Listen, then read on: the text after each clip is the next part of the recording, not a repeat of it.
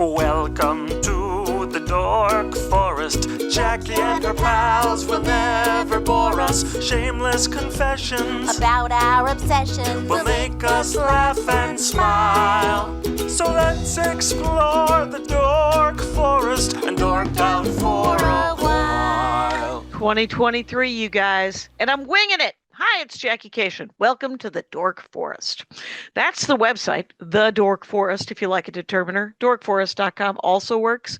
JackieCation.com has all of my stand-up information. Like, it has videos, it has pictures, it has links to this podcast and to my other podcast with Lori Kilmartin. It has a merch store that has Dork Forest t-shirts. It has all of my stand-up merch and all of my CDs and DVDs. So, that's what you know about websites. There's an opportunity because we're in the new year here that you can donate to the Dork Forest. I don't have a Patreon. I don't have anything really set up, though I understand you can set up on PayPal a monthly if you wanted to. You could donate and be of to support the show. This is the 17th season, the 17th year I've been putting this stuff out. It's free, but if you have money and would like to throw me some money, boy, howdy. There's a PayPal. There is at my email address, actually, Jackie@JackieCation.com, which you can also email me and tell me how much you're enjoying the show. You can also do Venmo if you'd like, which is just Jackie Cation. No hyphen, all one word. Picture of this person, me, and then I think that's it. I think I have Zelle, but it's too complicated. Other than that, let's do the credits. Patrick Brady still in, fixing the audio all these years later. Give it up to Patrick Brady. That's what a lot of your donations support, by the way, because I like to share the wealth.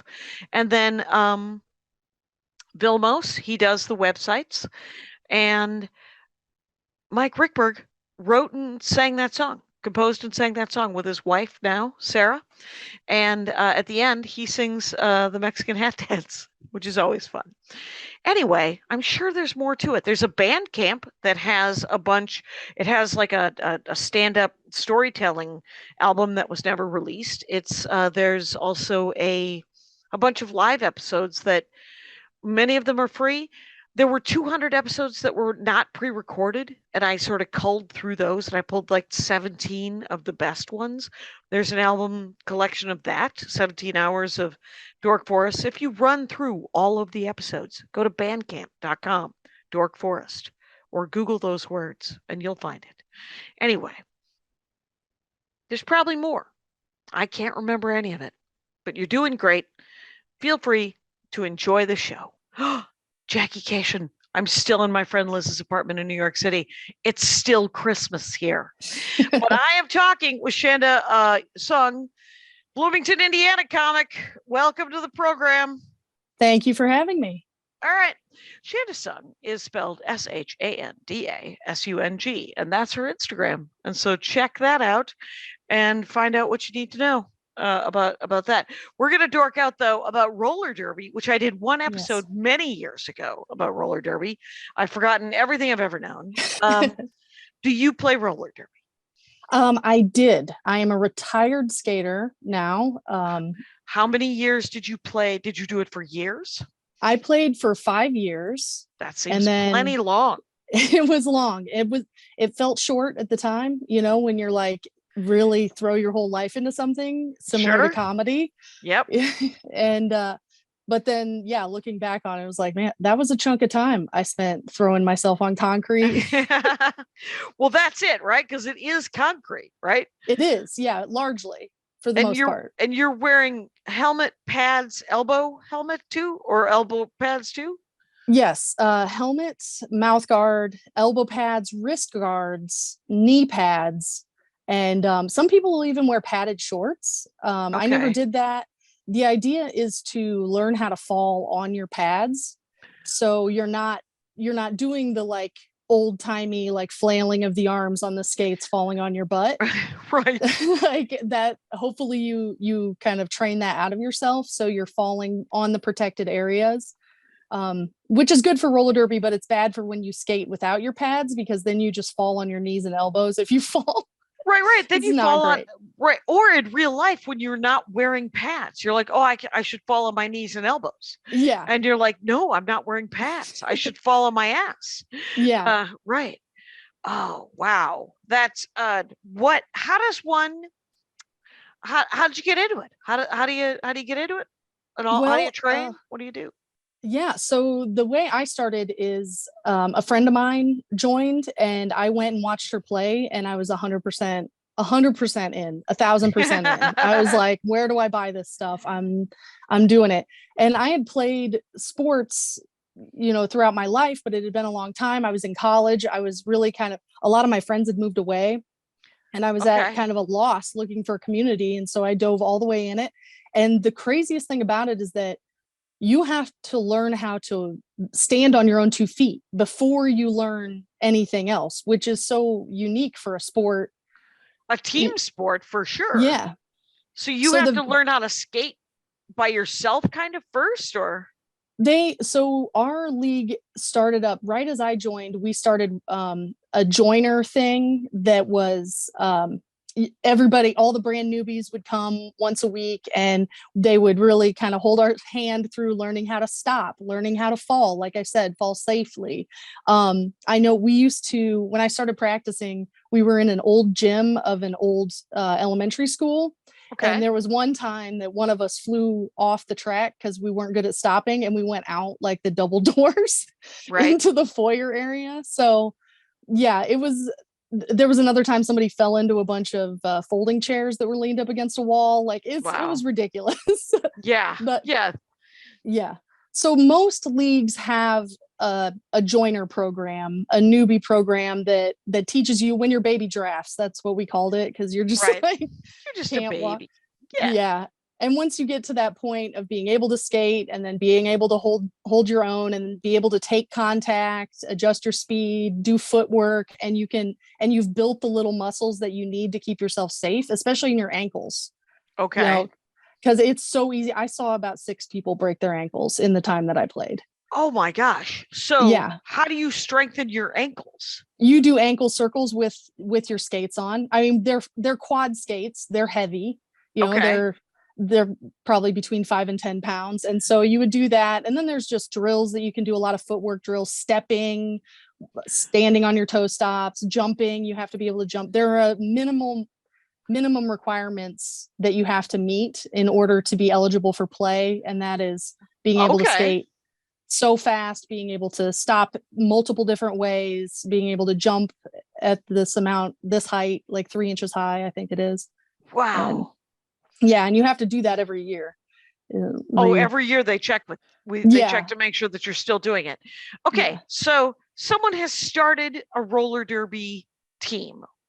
Mm-hmm. And then you join a roller derby league. And then you as the person who is sort of is the sort of mother of it all, right? Like you're the I need a team. I want to play this game. Me and one other person have decided we're gonna start a team. So you joined an established team, clearly, right? I did, yeah. So the terminology for it is a little confusing because individual states will have, or cities will have, a league, and their league is their group. And normally within a league, you will have, depending on the size of the league and the number of skaters, you will have home teams that play each other, Okay. And then from those home teams, you will have your travel team. That's the best of all those. And they are the ones that play against other leagues from other cities. Okay. And those travel teams, a lot of them are playing under the giant umbrella. The NFL of roller derby is called the WIFTA. It's the Women's Flat Track Derby Association.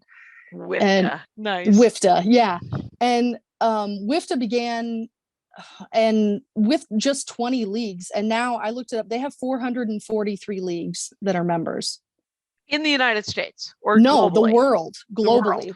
The world. There's a pretty big, it started in the United States. When I first joined, I think there were maybe a couple Canadian teams, Right. But that was it. And then international teams started flooding in, and now there's a pretty big presence for roller derby in France, in Australia, in the UK. It's pretty amazing. But it's mostly sort of European and expansion of European countries. Like there's not a lot of South America, Africa, not yet. I think Brazil has some teams. I haven't looked especially closely at it. I do know, just curious. And some of the teams in these other countries are very good. The team from Australia won the world championships, and it's like, who are you playing? That you other got people, this good. right. Those home. So, talk me through this. You go, you buy all the stuff, and you show up to the babies, and you're like, are there, like, there's got to be structured, even when I was in Little League, we had practice once a week, right? Yeah. Would it be once a week? Would it be more as often as you wanted, kind of like yoga? It was it was once a week for the very new, and then they would have off-track workouts and other things that were optional. But then as you got better and better, you were constantly being evaluated by the league's athletic committee, which involved the practice coaches and then also the game day coaches. Which are called the bench coaches. They're the ones who call plays, put the certain people out on the track at the time.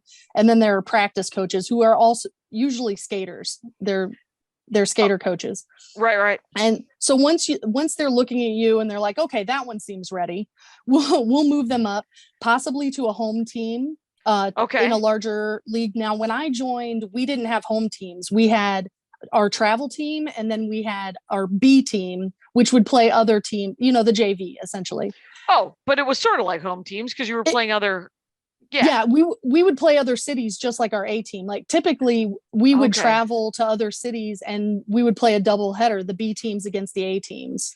Okay. But we just didn't have that at home component because we weren't big enough. Right. Other cities would have home teams that would play each other, but we're Bloomington, Indiana. We were pretty small league. Right. I think we had 40, 50 skaters typically. Wow. That's kind of a lot though. Cause how many do you field? So on game day, you'll bring, usually the A team, we've got about 20 skaters, and they will rotate in and out. I would say 40, 50 would include like our newbie coalition. And then people who didn't skate full time. That was probably at our biggest, would be 40, 50. But yeah, so each team, there were usually about 20 people that were full time on either the A team or the B team, 20 people each. Right. So if your team has 20 people and they have 20 people, how many people are on the track? So to go with like actually how to play the game, I don't know if a lot of people actually do it. I can break that down. So please. So derby, so derby is played. It is a scoring game, but there is no ball. There is no object that serves the purpose of a ball. It's all about position. Okay. And so each game is split into 2 30-minute halves. Okay. And then those halves are split into 2-minute long jams. And after a 2-minute jam, there is a 30-second break, and then the next jam starts. And so between each jam, you can field all new skaters if you want. Typically, you'll keep your best in there for several jams and then pull them when they're tired. But so during a jam, to start a jam, each team has 5 players on the track. 4 of them are blockers, and one of them is a skater called the jammer. Okay. And so each team has a jammer, and the jammers are the ones that they have a cover on their helmet with a big star on each side of it. So everyone knows which one they are. Everybody knows who the jammer is because the jammer is essentially the human ball. Okay. And they are the point scorer. So what they want to do is get through the blockers, and all the blockers for both teams have to stay together in what is called the pack. And that's a rule. They have to stay within sort of reaching distance, or the pack has to be within 10 feet of each other. You can't go farther than that out. There are a lot of referees involved. And right. It seems so very busy. 7 referees. Yes, it is extremely busy. Plus, there are non-skating officials who are keeping track of penalties, points, time, like all of that. Okay. And so it is chaos. When you're first watching it, you're like, what the hell is going on? Right. Because it just looks a mess. But so the pack is all jumbled up together. Yep. And the jammers start behind the pack and they approach the pack. They have to fight their way through. And whichever one gets through first is designated lead jammer. Okay. And they can end the jam at any point by tapping their hips with both hands. Oh, weird. And that is strategic because after you escape the pack the first time, you lap the pack and then you come back through again. And each jammer scores a point for every opposing player they pass. After they've lapped. After they've gotten through once and they go around. They get around. Then you could make 4 points if you get past all 4 of them. Yeah. And if you get through and get all 4 points, that's a grand slam and they give you 5. Okay. And then you tap your hips and you're like, we're done. I did it. You can if you want to, or you can continue to try to rack up points. If the other team's jammer is stuck in the pack behind your blockers and you can lap and tear through and pick up extra points, you're going to do that. If you both get out and you get out just a little bit ahead of that other jammer, you're going to come in, try to pick up 1 or 2 points. You're looking at the pack position. Are the opposing players at the back of the pack or are my players at the back of the pack? If the opposing players are at the back, I'm going to go in, I'm going to try to pick up 1 or 2 points, call it off real quick before she has an opportunity to score. So it is extremely strategic and requires an insane amount of thinking from everybody on the track. It really does. First of all, whoever I talked to last time, I don't think I understood the game. So is it better to have your dudes in your pack in the back of the pack or their pack in the back of the pack? It depends on jammer position. So if your jammer is out first, then you want to get the other blockers behind you so your jammer has a little bit more time to get in before their jammer gets in. If you have their jammer trapped, that's all you're focused on is keeping that jammer trapped and letting your jammer do whatever she's got to do to rack up as many points as possible. There's also because you can't destroy the pack, there are subtle ways you can try to make it move faster or slower, depending on whatever advantage that would provide. Okay. So if the other jammer, say your jammer has gone to the penalty box, I can talk about penalties in a minute, but if your jammer's off the track, you want that pack moving as fast as possible so she can't lap it as fast. Right. So that's another thing to consider. So there are penalties. Yeah, what are the penalties? A whole mess of them. I bet if you're all just jammed together all the time, elbowing each other like a crazy people. Okay. Yeah. So the typical thing that people think about when they think of roller derby, they're thinking largely, I've found, of 1970s banked track, sort of like pro wrestling style roller derby where people are elbowing in the face and throwing people over railings, etc. Right. Which was very fun, but not safe and not a true sport. Really, because right, that's just a rumble is what that is on skates. That's more entertainment in the way of in the style of pro wrestling. It's very fun to watch, not exactly strategic, and so roller derby as it is now is not only it's played on a flat track, so it is a flat surface. Okay. For one, and there are a lot of penalties governing the way you can make contact with another player. Okay. So you cannot use your elbows. You have to hit with your shoulders, your hips, or you can slow them down with your back. You can't trip. You can't hit anybody from behind. You can't hit them in the head. That feels honorable. You can't hit them from behind. You're just like, and I'm not going to clock you in your brain box. Yes. But you could hip check people. Yes. The hip check is king in roller derby, or queen, I suppose I should quite say. honestly. I mean, is there even male roller derby? There is. There is. Yeah. So a lot of the referees are men. And then they were like, well, we want to play too. And so they started making their own leagues. So there are men's roller derby leagues all over the country as well. They have a governing body that I cannot remember the name of. Is it MIFTA? Could it be MIFTA? It should be MIFTA. Yeah, I can't remember the name of it. But yeah, you can go watch men's roller derby, but why? Why? Girls, it's a girl thing. We did it. Yeah, we did. It's ours. We did it's ours. And so you can shoulder, like, sort of block, or you could hit somebody with your shoulder. Yes. And you can hip check them.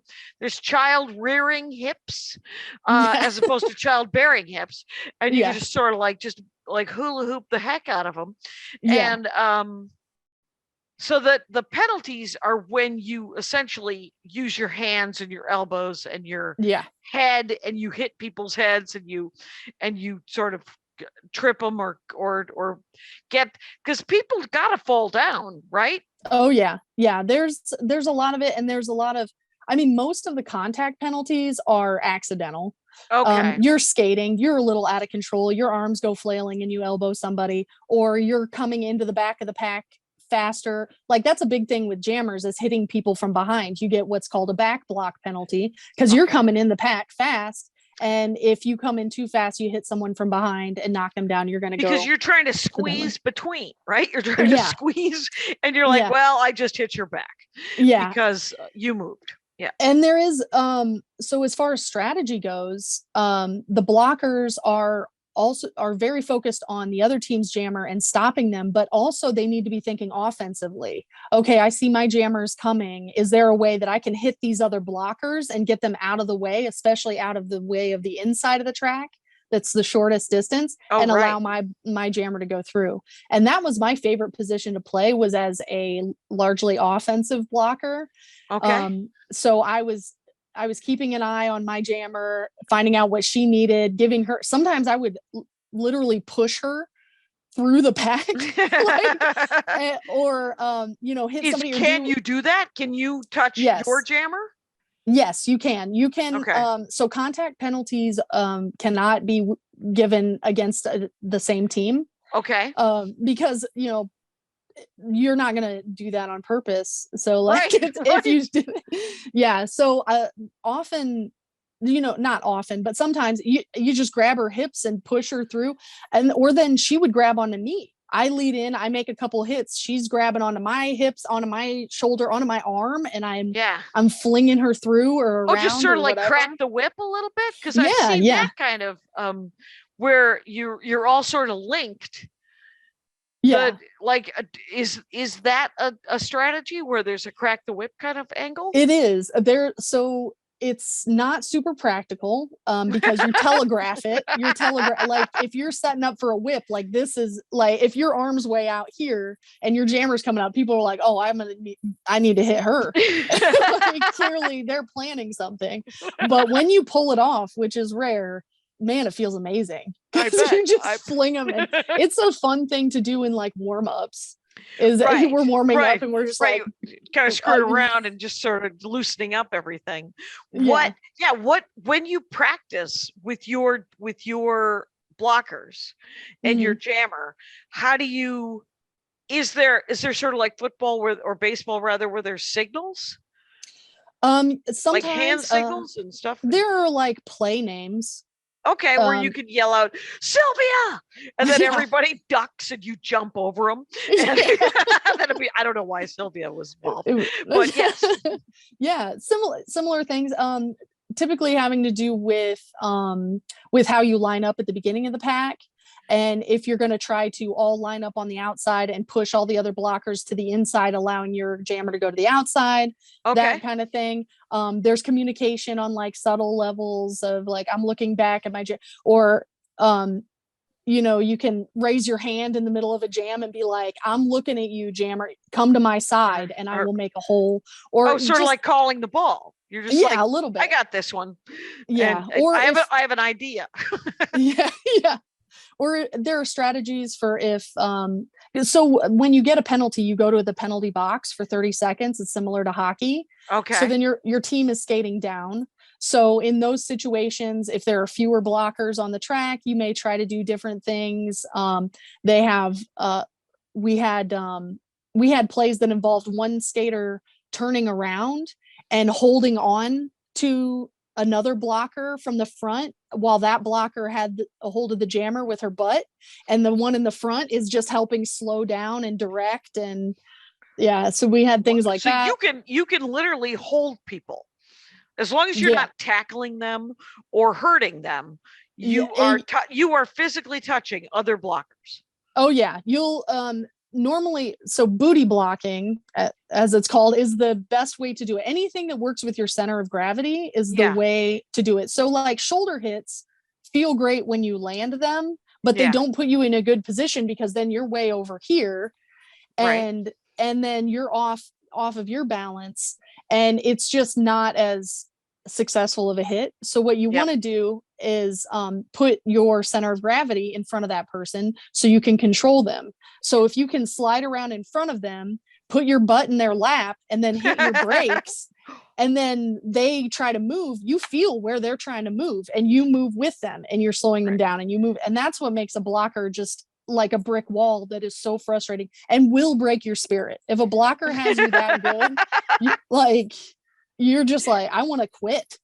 Right. How do I get away from this person and regroup? How do you get away from that person and regroup?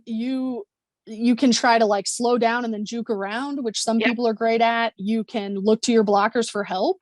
You say, come help. And then that blocker comes over and hits that person from the side and frees you if they can do that. So there are different ways.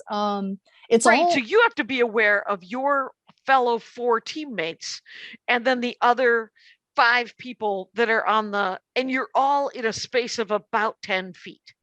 Yes. As you wander around a track. Yeah.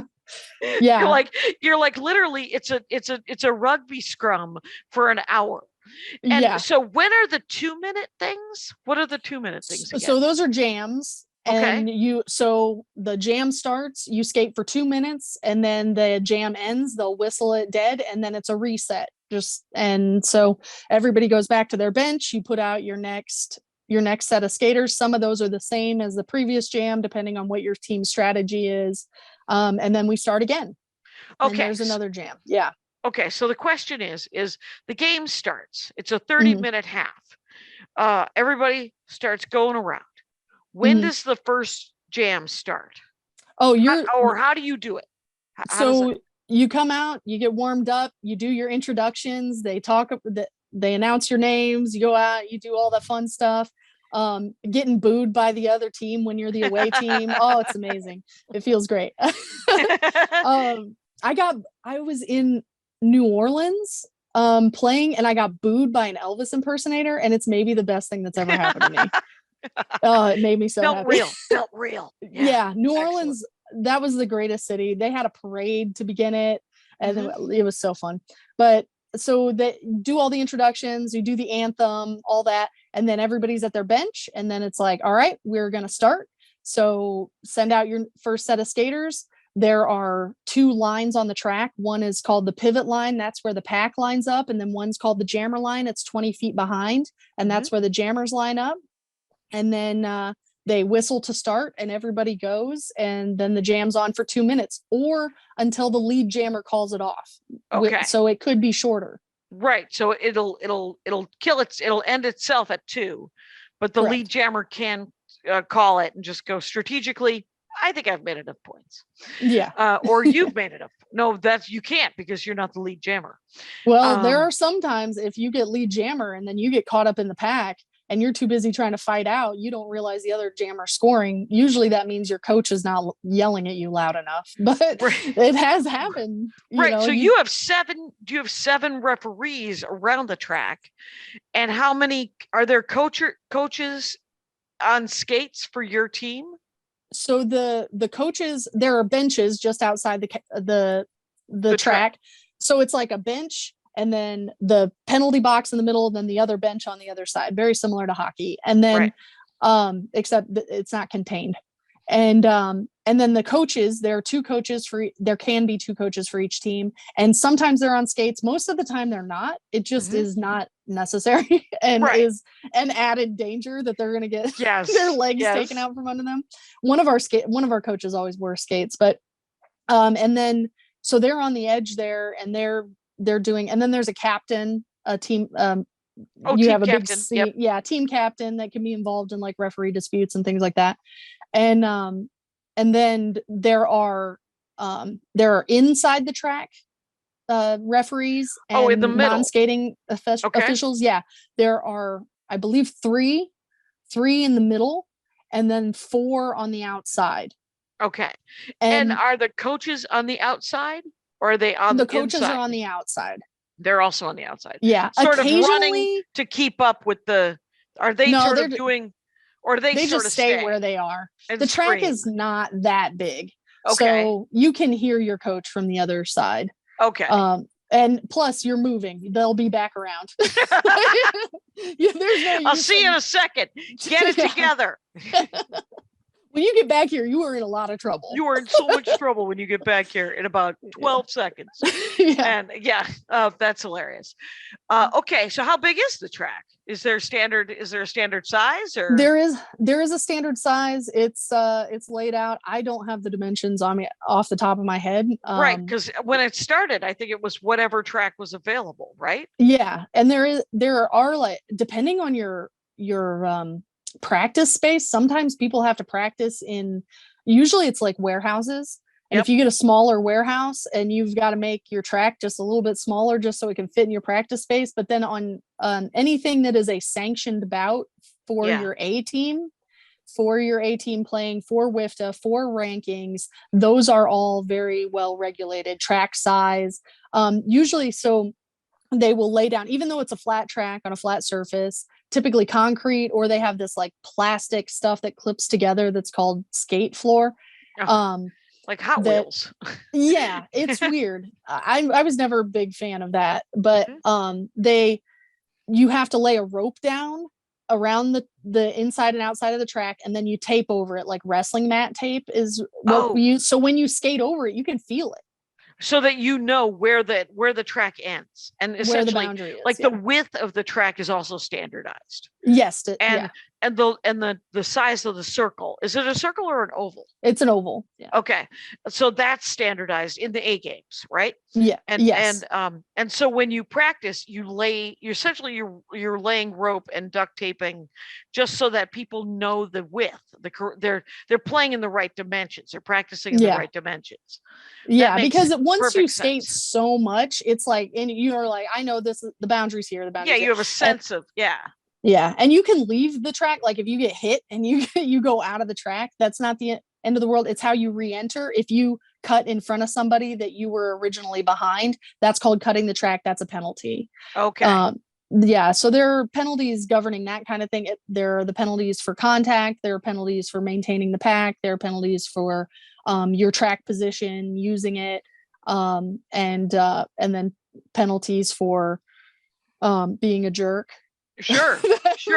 Like, just well. Is there a lot of sort of shit talk? It depends on the team. Some teams are real shit talky and some are not. There was the team in Fort Wayne. Okay. I got into it with somebody before, and like, I'm not like a shit talker. Bunch of white supremacists, man. Fucking Fort Wayne. It was intense. Like, she pulled my hair. I was like, are we in 3rd grade? What is happening? Right. I left the track. I've never been that mad ever. Yeah. And then we go to the after party, because we always, like, Derby's a lifestyle. We would all pack up. There's always an after party. The team that came to play against you, you invite them to the after party. You feed them. You all get drunk together. It's a great time. 90% of the time. She comes up to me at the after party and says, "That was the most fun I've ever had in a game." And I was like, I wanted to murder you. Right. Why do you play like that? Why are you like this? Right. Is that so? I mean, I think it, from what I know of sort of it's very arbitrary and probably a sweeping statement, but it feels like it started out as a way to really just, let's just fuck people up. Let's just wrestle. It's like women, aggressive, but a team sport. So you got your pack, and then I mean literally a pack. Yeah. And then let's go fight this other pack. And this is and then it's turned into a real sport. And yeah, you're 100% on track with that, because so the actual origin of the sport itself, there was a guy named Lee Seltzer who in the 1940s used to run some things, and he invented it more as like a long distance race. And then it evolved, and eventually it was a contact thing. They would travel around and put on bouts. And then in the 50s, he turned it over to his son, Jerry Seltzer. And Jerry kind of realized that anytime there was any incidental contact between people, that is what the crowds loved. And so he was like, we're going in this direction then. Right. And so that's the how game it turned changed entirely.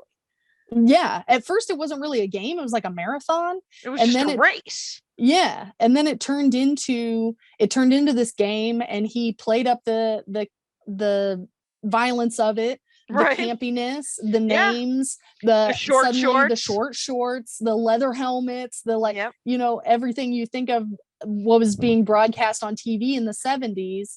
Yeah. That was where that kind of came from. And he was following what the crowds were interested in. He just wanted to sell tickets. Yeah. And then he got to a point where he was like, I feel like if we legitimize this and make it an actual sport, then that will be a good direction as well. His tip off was that people were betting on it. And he's like, if people are betting on it, then they are into the idea of it being a real sport. Right. Then there's a winner and a loser, and somebody cares. Yeah. Oh my gosh. Yeah. So it died out in the 70s. It went away for a long time. And then in the year 2000, some people in Austin, Texas, where else? Keeping it weird. Decided to revive Derby, and they were the first modern league, the Austin League, and they kind of created the flat track, because a banked track is prohibitively expensive. Yep. So it's not as cheap. And these are we're talking 40 women. Yeah, who are like, we want to we all have maybe $200 we could throw towards this. How about that? And it was very DIY. It was okay, so we're gonna do this, and they really embraced the camp of it all, the names, the fishnets, the elaborate intros, the alter egos, which is so fun, and it gets a lot of people in the door. It was part of what got me in the door. A former theater kid. I was like, hell yeah. Okay. Right. So let's talk about sort of the, so it expanded from there, but when you come in, you get to, who came up with like the rules for like, so that the person with the star is the jammer, the captain has a big C on their thing. I think that kind of came out of it started with Austin, and then other cities came in, like San Diego was one of the first ones, LA, of course. And so they're like, we got to make a game out of this. Yeah, let's make this a game. And so they started to create generally adopted rules. And then when WIFTA came on board, WIFTA is not messing around. They have rule edits every year. You can read them. They have many specific requirements in order to be a sanctioned game. Like they are what makes it a sport. They're the ones that are like, if this is going to be a worldwide thing, we have to have a standard set of rules. If that's what we want to do. People love to make a committee. Like once they're just like, and a bunch of other people are like, please don't include me in your committee. Can I just roller skate and play a game? Yeah. And you're like, yes, you can. But now there's rules. that's kind of the friction in a lot of leagues, is the people who show up to find a community, to do something DIY, to do something campy and fun. And then the people who were like, I want this team to be competitive. I want this team to win games. I want to go to WIFTA championships, because WIFTA has regional and world championship tournaments. And that was one kind of reckoning that my league had to come to in 2011. We sat down, we called it our Come to Jesus meeting, where we said, are we here for fun, or are we here to win? Right. And we voted largely that we wanted to win. So we upped our physical training. Yep. We worked on more strategies. We focused that way. And that's not to say that is 100% the right way to do it. Like, no, it's gotta be, if you're there to have fun, have fun. Right. It's literally just a group conscience, right? Like you just sort of, what do you want to do? Now, when you join, do you get to make up your name? Yeah. So when I joined, there was a database, a national database of like you had to register your name. Sure. You don't want to double up. Yeah. You gotta, you're like, I am Squirrel deal. Girl. Well, Squirrel Girl already lives. And, exactly. Right, yeah. Yeah. And so you had to, but then it got bogged down, and the person who was running the database was like at a backlog. So you would be halfway through a season before you found out your name was rejected. And you're like, now I got to get all my stuff reprinted. Like, this is dumb. Right. And so people just stopped registering their names a couple years into playing. It was like, I'm just gonna, if I find another one, then okay, we'll figure it out. We'll arm wrestle. There'll be some sort of, it'll be fine. We'll flip a coin. It'll all work out. Yeah. So what was your name? Okay. So I am an indecisive person. Let me just say that. That's a weird name, indecisive person. That should have just been it. But so at the time, the day I found out that I was getting moved up to the league, which is when you need to present your name, I was obsessed with the show Scrubs. And so the character on there is Dr. Elliot Reed. And so I was Dr. Elliot Bleed. Right. Because there's usually usually a blood or a violent twist. Yeah. So then people were just calling me Doc Bleed for a long time. Sure. And then eventually I was like, I want to change my name, because as someone told me, nobody even watches that show anymore. So then I was Doc Noose for a while, like Duck Goose. Oh, there you go. That was for about a season. And then I was like, I just want it to be my real name. And that was a thing that a lot of people were doing. Okay. And whole leagues, like the Denver Roller Derby League in Denver, they all started going by their real names. And I was like, well, by the way, I'm talking with Shanda Sung, by the way. And it is SHANDA SUNG, and that is her Instagram. Anyway, go ahead. So well, at the time I was not yet married, and my maiden last name was Rude, RUDE. Oh, and that's awesome. That's kind of perfect. Like, why? Why didn't I just do that from the jump? Whoa. Yeah. Right. It was destined. But, right. So I was just Rude. Yeah, I was Shanda Rude. And then people would just call it was just Rude on the back of my jersey. Just junior high. Just flashes of junior high for your entire adult life. Yeah. Oh, that's awesome. How about uniforms? Now, what the uniforms look like? So my league was called the Bleeding Heartland Roller Derby. And we had our A team was called the Flatliners, and our B team was the Code Blue Assassins. Okay. And our newbie program was called the Disorderlies, which I thought was very cute. That's so I skated with the Flatliners for 3 of my 5 years, I believe. Okay. Maybe 4, 3.5. And our colors were maroon and orange, which is just a wild combination. Yeah, it's a lot of reddish orange going on. You might be able to see, actually. Here, I have one of our old posters. Oh, there you go. Maroon and orange. Okay. And so we had we went through a few different uniforms. So it was a standard top, our uniform top, and then you could do whatever you wanted on the bottom. We also got some knee-high socks that said BHRG down the side that were maroon and orange. Okay. But then some people, when I first started, it was still very campy. People were wearing giant fluffy tutus, a lot of makeup. I wore fishnets and a pair of underwear that said "Say Ah" on the butt because of the doctor element. And then as we got a little more athletically competitive, people sort of dropped that. Like I wore fishnets for most of it, but it was just like orange it's hard fishnets. to take you seriously. We're trying to win a game here. It's anyway. It was also just a lot of stuff to put on. Right. Because you can't just so wear are they fishnets. Sleeveless or are they sleeved t-shirts? Shirts, the tops. We had sleeveless ones. Okay, so like a tank top. Yeah. Okay. Other teams would have sleeves. There were some teams that would play in these like dresses, kind of mini dresses. Sure. Yeah, and like the Philadelphia League, I remember they had like kind of skirts.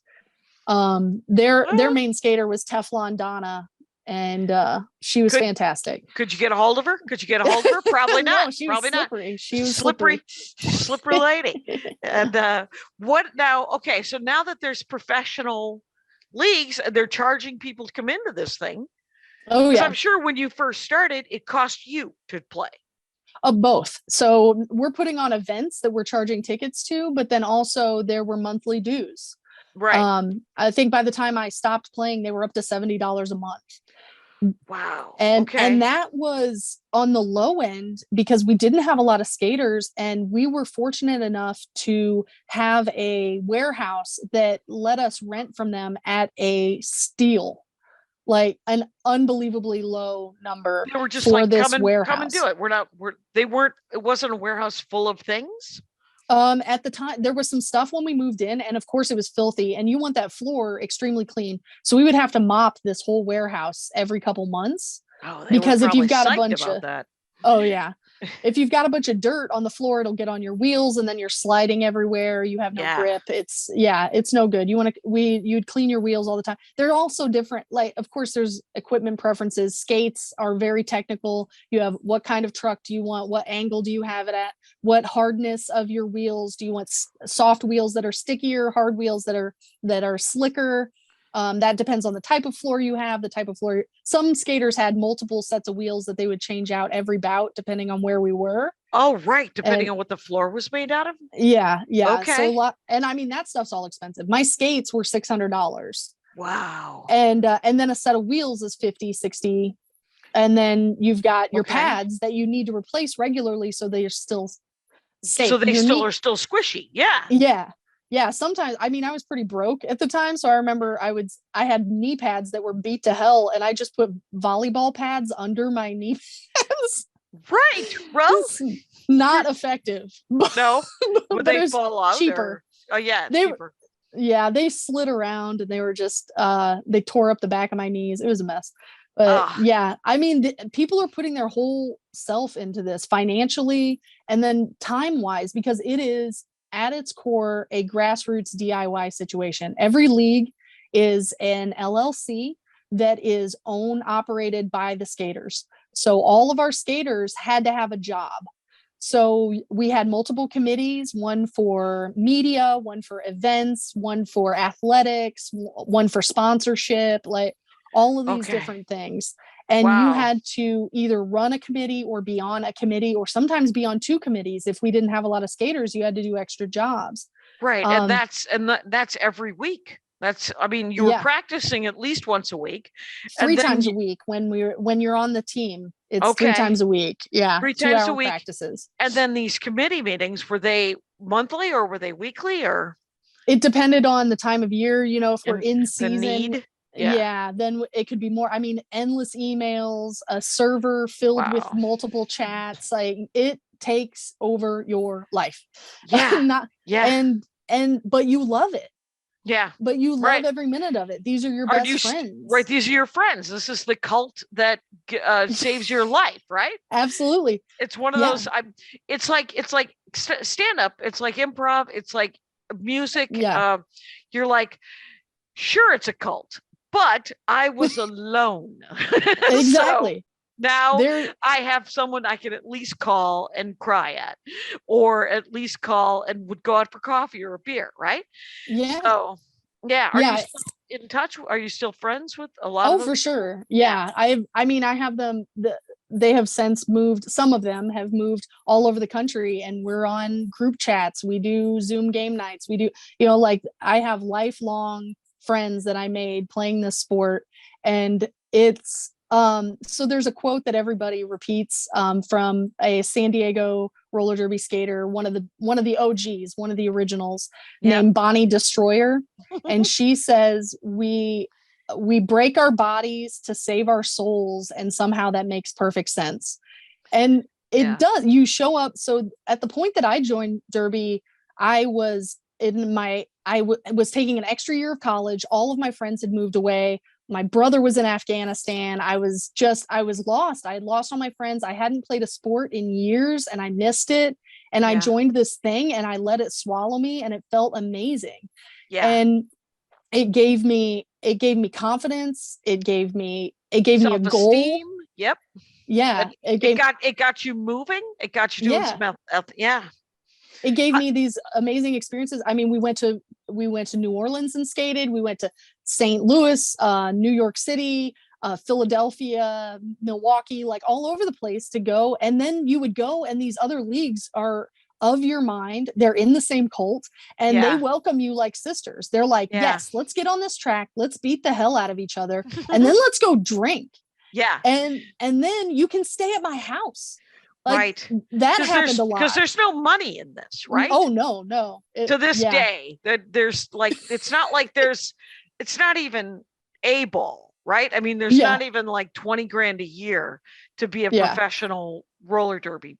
So how did you get out because of the physicality of it? First I got out because I got pregnant.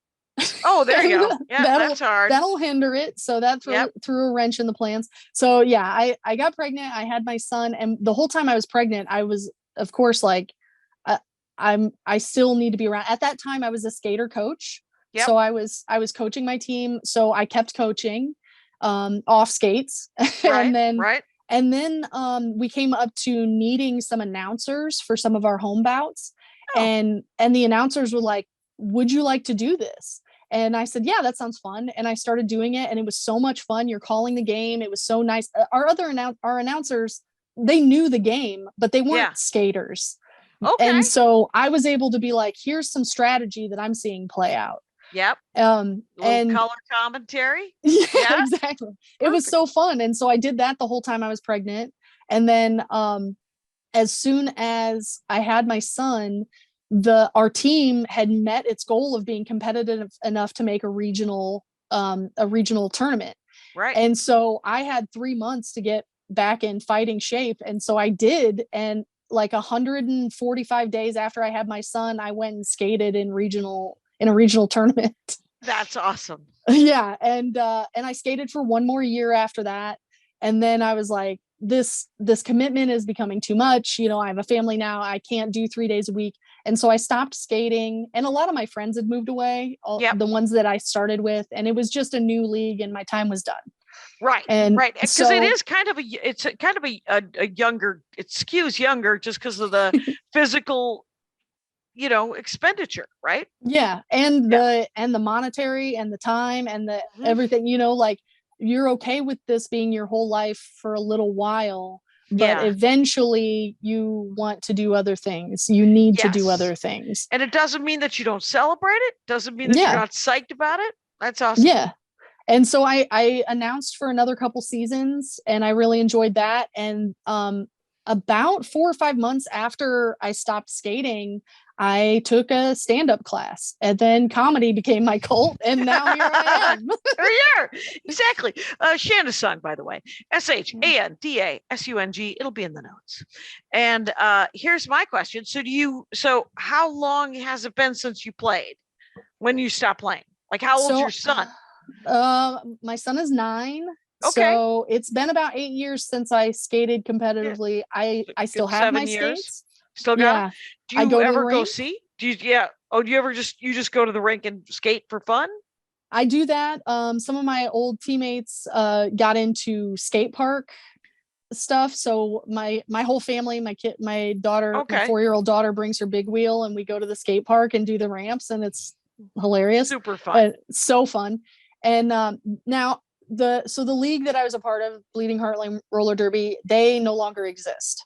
Okay. Shortly after I stopped announcing, it fizzled out. There was some internal turmoil. A bunch of skaters left because Bloomington is a college town. It's transient by nature. People leave.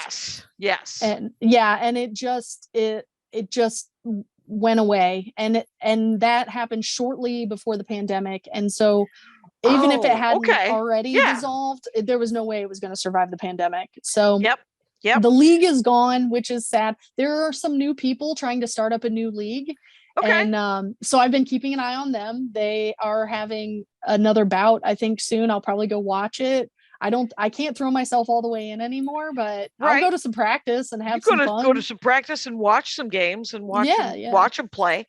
That's so neat. Yeah. The lockdown and the pandemic had to throw a giant wrench. Oh yeah. Because all you're doing is breathing on each other. Yes. And trying to pack people into a sporting event.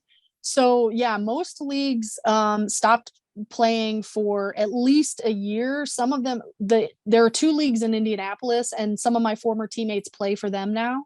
Mm-hmm. They started bouting again last year. Right. And so WIFTA completely put their rankings on hold and their championships and everything on hold. But then last year they started having kind of sponsored support for other events that were happening.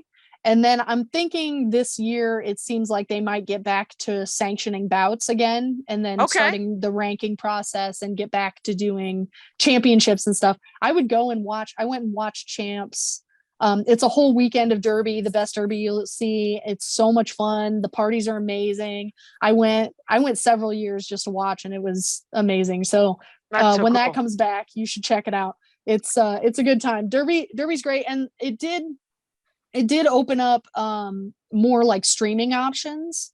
So in this last year, they've started, like, WIFTA would host these things on their streaming platform. Right. Prior to the pandemic, we got on ESPN3, baby.